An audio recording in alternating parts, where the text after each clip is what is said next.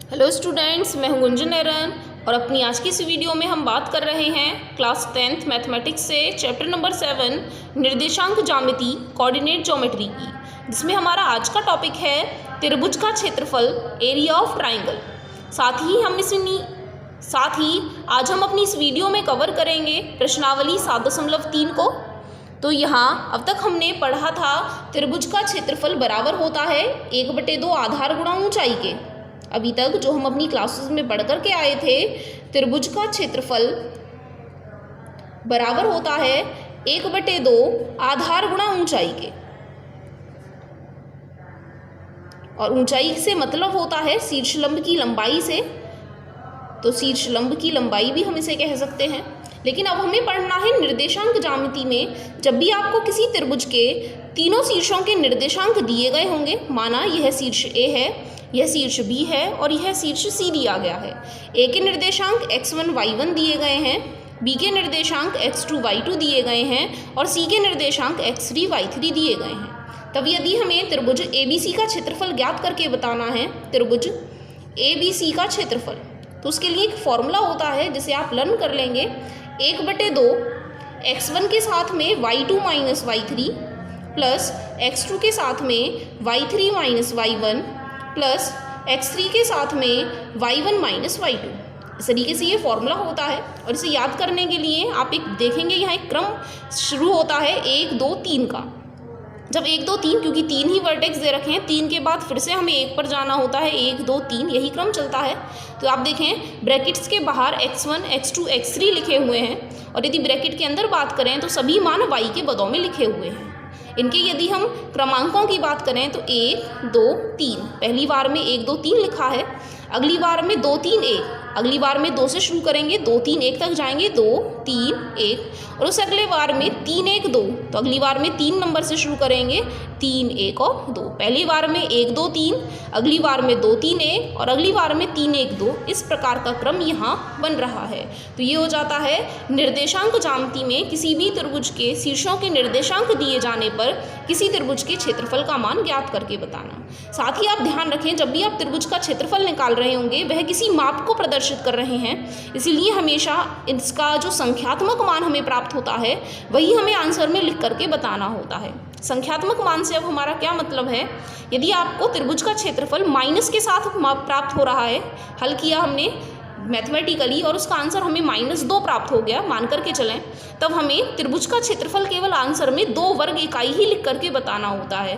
क्योंकि जो त्रिभुज होता है वह किसी भी क्षेत्र की हम माप करके बता रहे हैं, उसके साथ हमें दिशा नहीं जोड़नी होती है। इसीलिए हम माइनस चिन्ह को छोड़ते हुए क्षेत्रफल को ऋणात्मक नहीं लिखेंगे, केवल उसके संख्यात्मक मान को लिख करके बताएंगे अपने आंसर में। इसी के साथ यहाँ एक पॉइंट और है, यदि आपको यहाँ 3 बिंदुओं के निर्देशांक दे रखे हैं और वह पूछ रहे हैं सिद्ध कीजिए यह तीनों बिंदु संरेखी होंगे, तो इन दिए गए तीनों बिंदुओं को संरेखी दिखाने का एक तरीका तो आपने दूरी सूत्र से पढ़ा था। बारी बारी से हम प्रत्येक बिंदुओं के बीच की दूरी निकाल रहे थे, और यदि किन्हीं 2 दूरियों का योगफल तीसरी दूरी के बराबर आ रहा था तो दिए गए तीनों बिंदु संरेखी थे। लेकिन यहाँ त्रिभुज के क्षेत्रफल की मदद से भी हम तीनों बिंदुओं को संरेखी दिखा सकते हैं। यदि हम त्रिभुज का क्षेत्रफल निकालें और वह 0 के बराबर आए, तो इसका मतलब है वहाँ कोई भी क्षेत्रफल बंद नहीं हो रहा होगा।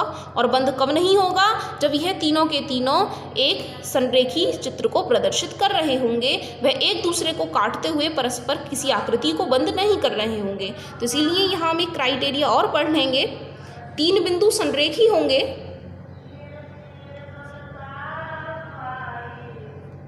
यदि इनसे बनने वाले त्रिभुज का क्षेत्रफल 0 के बराबर है। यदि इससे बनने वाले त्रिभुज का क्षेत्रफल 0 के बराबर है, 0 के बराबर है। साथ ही इसका एक विपरीत बिंदु भी हम प्राप्त कर सकते हैं। यदि हमें एक त्रिभुज का क्षेत्रफल 0 मिल जाता है तो हम कहेंगे तीनों दिए गए बिंदु संरेखी हैं। तो इसीलिए इस पॉइंट को आप इस दूसरे तरीके से भी लिख सकते हैं, यदि एक त्रिभुज का क्षेत्रफल 0 के बराबर है तो हम वहाँ तीनों बिंदुओं को संरेखी होने का नाम देते हैं। इसी के साथ हम बात कर लें अपनी एक्सरसाइज 7.3 की। तो यहाँ हमने क्वेश्चन लिखा है, उस त्रिभुज का क्षेत्रफल ज्ञात कीजिए जिसके शीर्ष हैं, शीर्ष दे रखे हैं क्वेश्चन में 2, 3, -1,0 और 2,-4। यहाँ सबसे पहले यदि आप त्रिभुज की आकृति को बना करके प्रदर्शित करें तो यहाँ शीर्ष होंगे A, B और C। पहले वाले बिंदु के निर्देशांक हम A को प्रदर्शित कर दें, B के निर्देशांक -1,0 और C के निर्देशांक 2,-4 दिए गए हैं। तब आपने अभी त्रिभुज के क्षेत्रफल के लिए फॉर्मूला भी पढ़ लिया है। त्रिभुज का क्षेत्रफल बराबर होता है 1/2 x1 के साथ में y2 - y3 प्लस x2 के साथ में y3 - y1 और x3 के साथ में y1 - y2। अब यदि हम यहाँ सारे मान लगा लें, सबसे पहले x1 y1 को यदि हम यहाँ लिख करके प्रदर्शित कर लें तो ये x1 y1 है, यह x2 y2 है और यह x3 y3 प्रदर्शित कर लेने पर यदि हम इन सभी के मान यहाँ लगा लें फॉर्मूले में तो हमें मिलेगा 1/2 x1 की जगह x1 का मान 2 ब्रैकेट में y2 का मान 0 और y3 का मान -4। अब एक माइनस तो यहाँ फॉर्मूले में है और एक माइनस हमें यहाँ से मिला है, तो गुणा कर लेने पर प्लस के 4 हम लिख सकेंगे। प्लस में x2 का मान है -1, गुणा में लिखना है y3 - y1, y3 - y1 3 plus x3 की जगह x3 का मान 2, y1 3 माइनस y2 का मान है 0 के बराबर। यहाँ सारे मान लगा लेने के बाद नेक्स्ट स्टेप में हम करेंगे 1/2, यहाँ 2 गुणा में 4 में 0 जोड़ लेने पर 4 प्लस -1 गुणा -4 और -3 को जोड़ेंगे तो माइनस के 7 प्लस में 2 गुणा 3 में से 0 घटा लेने पर फिर से हमें 3 ही मिलने वाले हैं। इन्हें थोड़ा और आगे हल करें तो 1/2 4 दूनी 8 माइनस प्लस 7 प्लस 3 दूनी 6, इन तीनों को जोड़ लेने पर हमें मिलेगा 8 7 15 और 6 21/2। तो यही हमारा आंसर होगा।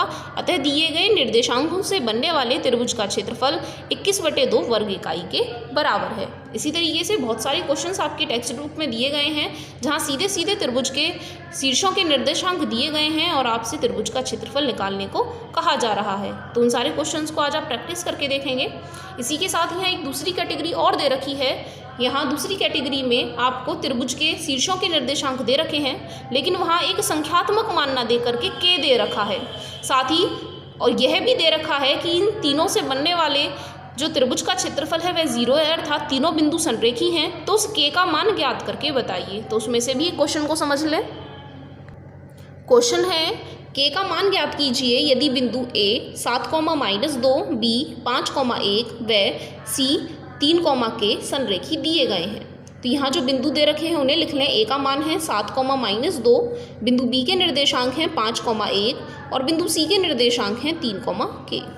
यदि हमें दिए गए तीनों बिंदु संरेखी दिए गए हैं तो इससे बनने वाले जो त्रिभुज का क्षेत्रफल है वो हम 0 के बराबर रख पाएंगे। तो सबसे पहले हम त्रिभुज की क्षेत्रफल की गणना करके इन्हें बताएं। त्रिभुज ABC का क्षेत्रफल, वही फॉर्मूला हम लगाएंगे जो अभी हमने पीछे वाले क्वेश्चन में लगाया।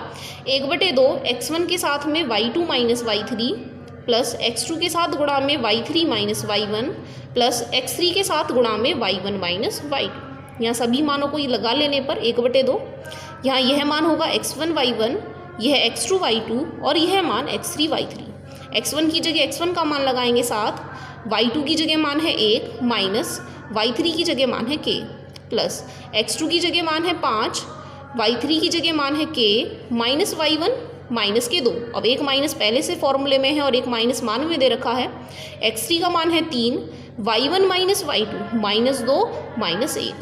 इन्हें हल करें तो 1/2 7 की गुणा अंदर करने पर 7 -7k प्लस 5 की गुणा अंदर कर लेने पर 5k प्लस 10, यहाँ प्लस 3 की गुणा जब -2 और -1 को जोड़ेंगे तो -3 हो जाएंगे।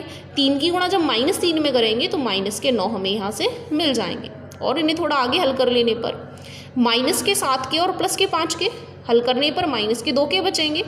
10 और 7 17 और 17 में से जैसे ही हम 9 माइनस करके बताएंगे तो +8 बच रहे होंगे।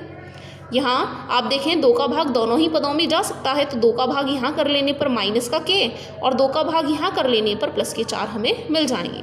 अब क्योंकि हमें क्वेश्चन में दिया गया है कि तीनों बिंदु संरेखी हैं, इसीलिए इससे बनने वाले त्रिभुज का क्षेत्रफल 0 होगा, क्योंकि तीनों बिंदु संरेखी हैं। इसीलिए त्रिभुज ABC का क्षेत्रफल जो होगा वह 0 के बराबर हम रख पाएंगे। त्रिभुज ABC का क्षेत्रफल है -k + k 4 = 0। माइनस के बराबर होंगे, 4 का पक्षांतर इधर करें तो माइनस के 4, माइनस से माइनस कैंसिल हो जाएगा और k का मान हमें प्राप्त हो जाएगा k बराबर 4। इसी तरीके से कुछ और पार्ट यहाँ आपकी टेक्स्ट बुक में दिए गए हैं, जहाँ फिर से बिंदु ए बी सी के निर्देशांक दिए हैं और कहीं एक बिंदु में k को लिखा गया है, संख्यात्मक मान नहीं लिखा गया है और k का मान वह पूछ रहे हैं यदि इनसे बनने वाले त्रिभुज का क्षेत्रफल 0 हो, अर्थात यह तीनों बिंदु संरेखी हो। तो उन्हें भी आज आप प्रैक्टिस करके देख लेंगे। नेक्स्ट क्वेश्चन है, शीर्षों 0, -1, 2, 1 और 0, 3 वाले त्रिभुज की भुजाओं के मध्य बिंदुओं से बनने वाले त्रिभुज का क्षेत्रफल ज्ञात कीजिए। इस क्षेत्रफल का दिए गए त्रिभुज के क्षेत्रफल के साथ अनुपात भी ज्ञात करने को कहा गया है। तो सबसे पहले जो हमें शीर्ष दिए गए हैं उनसे बनने वाले त्रिभुज को यदि हम प्रदर्शित करें तो यह होगा त्रिभुज ABC। बिंदु ए के निर्देशांक दिए गए हैं 0, -1, बिंदु बी के निर्देशांक 2, 1 और बिंदु सी के निर्देशांक 0, 3। इससे बनने वाले त्रिभुज की भुजाओं के मध्य बिंदुओं से बनने वाले, माना ए बी का मध्य बिंदु बिंदु डी है, बी सी का मध्य बिंदु ई है और ए सी का मध्य बिंदु एफ के बराबर है, तब इनसे बनने वाला त्रिभुज यदि हम इन सभी को मिला लेते हैं तो इनसे भी एक त्रिभुज बन रहा होगा। इस त्रिभुज का क्षेत्रफल हमें ज्ञात करके बताना है, तो सबसे पहले इनके निर्देशांक हमें पता होने चाहिए। तो सबसे पहले निकालेंगे बिंदु डी के निर्देशांक, जो कि बराबर होंगे ए और बी के मध्य बिंदु के निर्देशांकों के बराबर। तो सबसे पहले यहाँ लिखेंगे बिंदु डी के निर्देशांक, बिंदु डी के निर्देशांक बराबर होंगे ए बी का मध्य बिंदु, और मध्य बिंदु सूत्र आप पढ़ करके आ चुके हैं इससे लास्ट एक्सरसाइज में, x1 + x2 बटे 2, y1 + y2 बटे 2। वही हमें नियम लगाना है, x निर्देशांक में x निर्देशांक जोड़ेंगे बटे में 2, y निर्देशांक में y निर्देशांक जोड़ लेने पर बटे में 2। इन्हें हल करेंगे तो हमें आंसर में मिलेगा 2 से 2 कट जाएगा एक बार, -1 + 1 0, 0 में कितने का भी भाग करो आंसर 0 ही आता है। इस तरीके से डी के निर्देशांक हमें मिल जाते हैं 1, 0। ऐसे ही निकालेंगे बिंदु ई के निर्देशांक,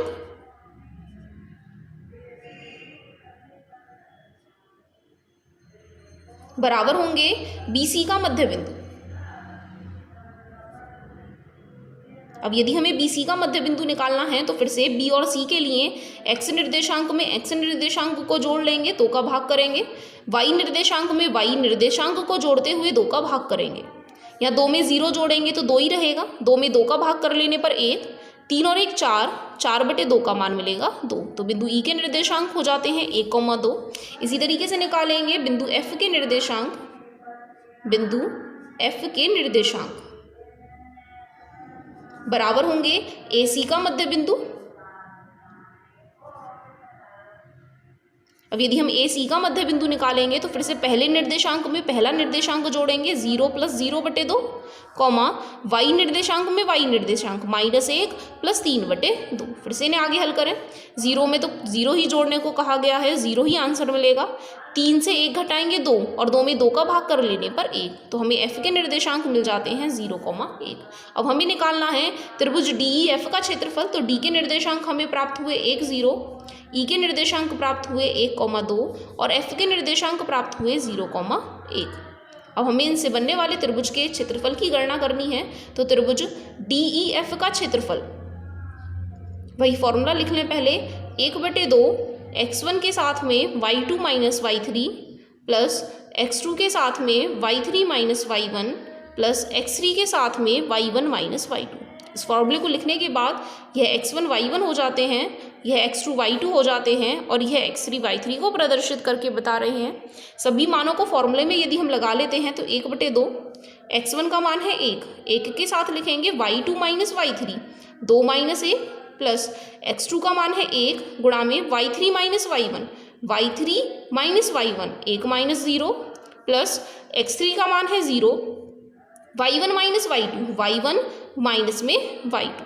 इन्हें और आगे हल करें तो 1/2, 2 में से 1 घटाएंगे 1, 1 एकम 1, 1 में से 0 घटाएंगे 1, फिर से 1 एकम 1 और यहाँ 0 की गुणा करनी है, 0 की गुणा कितने में भी करें 0 ही हमें मिलने वाला है। 1 और 1 2/2, आंसर में हमें मिल जाता है 1 वर्ग मात्रक। तो हमारा एक पार्ट कंप्लीट हो जाता है कि इससे बनने वाले मध्य बिंदुओं से बनने वाले त्रिभुज का क्षेत्रफल ज्ञात कीजिए। अब वह कह रहे हैं इस क्षेत्रफल का जो अभी हमने निकाला है दिए गए त्रिभुज के क्षेत्रफल से, हमें दिया गया त्रिभुज था ABC, इसके क्षेत्रफल के साथ अनुपात ज्ञात करना है। तो सबसे पहले हमें ABC का क्षेत्रफल और निकालना होगा, तभी हम अनुपात निकाल पाएंगे। तो यहाँ हमें जो बिंदु ABC के निर्देशांक दे रखे हैं, A के निर्देशांक दिए थे 0,-1, B के निर्देशांक दिए थे 2,1 और C के निर्देशांक 0,3। इनसे बनने वाले त्रिभुज का क्षेत्रफल, त्रिभुज ABC का क्षेत्रफल हम निकाल करके बताएंगे। तो फॉर्मूला फिर से वही लिख लें, 1/2 x1 के साथ में y2 minus y3 plus x2 के साथ में y3 minus y1 plus x3 के साथ में y1 माइनस y2। इसी के साथ ये जो बिंदु दे रखे हैं वो x1 y1, ये x2 y2 और यह x3 y3 हमें दिए गए हैं। अब फिर से इन सारे मानों को यदि हम त्रिभुज के क्षेत्रफल वाले सूत्र में लगा लेते हैं, तो त्रिभुज के क्षेत्रफल वाले सूत्र में सभी मानों को रख लेने पर हमें मिलेगा 1/2 x1 का मान यहाँ दिया गया है 0 के बराबर, तो 0 के साथ में y2 minus y1 1 minus 3 plus x2 का मान है 2 के साथ में लिखना है y3 minus y1 y3 minus y1 3 minus और 1 माइनस उस मान में है तो प्लस 1 हो जाएगा। इसी के साथ लिखना है x3 का मान है 0 और 0 के साथ लिखना है y1 minus y2 y1 minus में y2 माइनस 1 और माइनस का 1। इन्हें और आगे हल करें तो 1/2 0 की गुणा करनी है 0 ही आएगा, 3 और 1 4 दूनी 8 प्लस फिर से 0 की गुणा करनी है 0 ही आने वाला है, 0 प्लस 8 प्लस 0 8 मिलेंगे, कुल मिलाकर के हमें मिल जाता है 4 वर्ग मात्रक।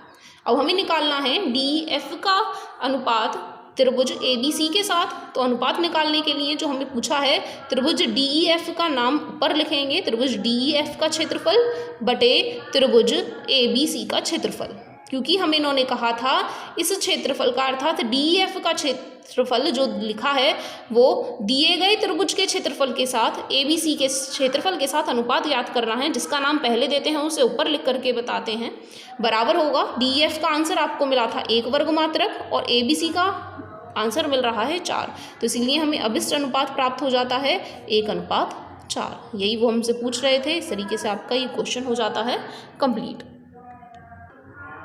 नेक्स्ट क्वेश्चन है, उस चतुर्भुज का क्षेत्रफल ज्ञात कीजिए जिसके शीर्ष इसी क्रम में लेने पर A, B, C, D सभी के मान दे रखे हैं। तो यहाँ में एक चतुर्भुज दे रखा है, तो सबसे पहले हम एक चतुर्भुज बना लें। किसी भी आकृति का आप बना सकते हैं, केवल आपको 4 भुजाओं का ध्यान रखना है, 4 भुजाएं उस आकृति में होनी चाहिए। A के निर्देशांक दिए हैं -4 -2, B के निर्देशांक -3 -5, C के निर्देशांक दिए हैं 3 -2 और D के निर्देशांक दिए हैं 2,3। तो जिस क्रम में हमें दे रखे थे उसी क्रम में हमने इनके नाम लिख लिए हैं। इस चतुर्भुज का क्षेत्रफल हमें ज्ञात करना है, जबकि इस एक्सरसाइज में हम सीख रहे हैं त्रिभुज का क्षेत्रफल निकालना। तो चतुर्भुज का क्षेत्रफल कैसे निकालेंगे? यदि आप इसके एक विकर्ण को मिला लें, बिंदु A से C को मिला लें, तो आप देख रहे हैं अब यह चतुर्भुज 2 त्रिभुजों के रूप में विभक्त हो गया है, जहां पहला त्रिभुज बन रहा है ABC और दूसरा त्रिभुज बन रहा है ADC। यदि हम बारी बारी से इन दोनों त्रिभुजों के क्षेत्रफलों को निकालें और उनके आंसरों को जोड़ लें तो हमें उस चतुर्भुज का क्षेत्रफल प्राप्त हो जाएगा जिसके शीर्ष हमें दिए गए हैं। तो वही काम हमें यहाँ करके बताना है। हम यहाँ चतुर्भुज ABCD का क्षेत्रफल निकालने के लिए सबसे पहले त्रिभुज ABC का क्षेत्रफल निकालेंगे और उसी के साथ त्रिभुज ACD का भी क्षेत्रफल निकाल के बताएंगे। और जो भी दोनों आपके आंसर आ रहे होंगे उन्हें जोड़ लेने से आपको पता चल जाएगा चतुर्भुज ABCD का क्षेत्रफल। तो इस तरीके से आप इस दिए गए चतुर्भुज का क्षेत्रफल निकाल पाएंगे। पहली बार में निकालेंगे A, B, C इन तीनों निर्देशांकों के साथ, अगली बार में निकालेंगे A, C, D इन तीनों निर्देशांकों के साथ। तो त्रिभुज का क्षेत्रफल निकालना आप सीख चुके हैं। ये x1 y1, ये x2 y2, ये x3 y3 दिए गए हैं। आप सीधे सीधे त्रिभुज वाले क्षेत्रफल वाले फॉर्मूले में इसे लगाएंगे तो आपको इन दोनों के आंसर पता चल जाएंगे और दोनों आंसरों को जोड़ लेने पर चतुर्भुज ABC का क्षेत्रफल भी आप निकाल पाएंगे। तो इस क्वेश्चन को आप पूरा करके देखेंगे। इसी एक्सरसाइज में एक लास्ट क्वेश्चन और है, किसी त्रिभुज की एक माध्यिका उसे बराबर क्षेत्रफलों वाले 2 त्रिभुजों में विभाजित करती है। ये प्रमेय आपने क्लास 9th में पढ़ी है। अब वह कह रहे हैं उस त्रिभुज ABC के लिए इस परिणाम का सत्यापन कीजिए जिसके शीर्ष ABC तीनों के निर्देशांक आपको दिए गए हैं। तो यहाँ में एक त्रिभुज के निर्देशांक दिए गए हैं, त्रिभुज ABC के निर्देशांक A, B और C। A के निर्देशांक हैं 4, -6, बी के निर्देशांक हैं 3, -2 और सी के निर्देशांक हैं 5, 2। यदि हम इसकी एक माध्यिका को यहाँ मिला लेते हैं, माध्यिका का मतलब होता है जो सामने वाली भुजा को दो बराबर भागों में विभाजित करके बताए। तो यदि हम इसे नाम दे दें ए डी, तो यहाँ डी जो होगा वह बी सी को दो बराबर भागों में विभाजित कर रहा होगा। बी डी वाला भाग सी डी वाले भाग के इक्वल होगा। इसलिए हम कह सकते हैं कि डी बी सी का मध्य बिंदु होता है। तो एक त्रिभुज की माध्यिका सामने वाले भुजा के मध्य बिंदु से होकर के जाती है। हमें तीनों के निर्देशांक भी दिए गए हैं। हमें सिद्ध क्या करना है, किसी त्रिभुज की एक माध्यिका अर्थात ए डी उसे बराबर क्षेत्रफलों वाले दो त्रिभुजों में विभाजित करती है। तो इसका मतलब है इससे इधर साइड वाला जो त्रिभुज है और जो इधर साइड वाला त्रिभुज है उन दोनों के क्षेत्रफल आपस में बराबर होंगे, ऐसा हमें सिद्ध करके बताना है। तो एक बार हम त्रिभुज ए बी डी का क्षेत्रफल निकालेंगे, एक बार त्रिभुज ए सी डी का क्षेत्रफल निकालेंगे। यदि दोनों बराबर आ जाते हैं तो सिद्ध हो जाएगा त्रिभुज की एक माध्यिका उसे बराबर क्षेत्रफलों वाले दो त्रिभुजों में विभाजित करती है। लेकिन उसके लिए हमें जरूरत पड़ेगी बिंदु डी के निर्देशांक की। तो हम बिंदु डी के निर्देशांक सबसे पहले निकाल लें। बिंदु डी के निर्देशांक बराबर होंगे भुजा बी सी का मध्य बिंदु। डेफिनेशन के अकॉर्डिंग, माध्यिका की परिभाषा के अनुसार, तो बी सी के मध्य बिंदु द्वारा हम बिंदु डी के निर्देशांक ज्ञात कर पाएंगे। बी सी का मध्य बिंदु निकालने के लिए उसके x निर्देशांक में x निर्देशांक जोड़ेंगे, क्योंकि फॉर्मूला होता है x1 + x2/2 और y1 + y2/2। तो इन सभी मानों को यहाँ लगा लेने पर 3 + 5/2, और यदि y निर्देशांक देखें तो -2 और प्लस के 2/2। इन्हें आगे हल करें तो 5 और 3 8, 8 का आधा करेंगे 4, -2 + 2 0, 0 का आधा करने पर 0 ही हमें मिलने वाला है। तो बिंदु डी के निर्देशांक हमें प्राप्त हो जाते हैं 4, 0। अब हम एक बार निकाल करके बताएंगे त्रिभुज ए बी डी का क्षेत्रफल। ए बी डी का क्षेत्रफल निकालने के लिए A B D x1 y1 x2 y2 x3 y3 बिल्कुल वही फॉर्मूला इस्तेमाल करेंगे जो अब तक आप क्वेश्चनों में करते हुए आ रहे हैं त्रिभुज के क्षेत्रफल का। तो आप इसकी कैलकुलेशन खुद से करके बताएंगे। ऐसे ही फिर नेक्स्ट टाइम में आप निकालेंगे त्रिभुज ए सी डी का क्षेत्रफल। तो ए सी डी का क्षेत्रफल आप निकालने के लिए x1 y1 x2 y2 x3 y3, या फिर इस ऑर्डर में भी ले सकते हैं, दोनों ही तरीके सही हैं। x1 y1 x2 y2 x3 y3 फिर से त्रिभुज के क्षेत्रफल वाला आप फॉर्मूला लगाएंगे और आप इसकी कैलकुलेशन करके बताएंगे। साथ ही आपको इन दोनों के ही आंसर 3 मात्रक के बराबर मिलने वाले हैं, 3 वर्ग मात्रक दोनों के आंसर आएंगे। इस प्रकार से आप सिद्ध कर पाएंगे कि एक त्रिभुज की माध्यिका उसे दो बराबर क्षेत्रफलों वाले त्रिभुजों में विभाजित करके बताती है। इस तरीके से आपका ये क्वेश्चन भी आप कंप्लीट कर पाएंगे और आपका ये चैप्टर भी कंप्लीट हो जाएगा। तो अपनी आज की इस वीडियो में इतना ही। धन्यवाद।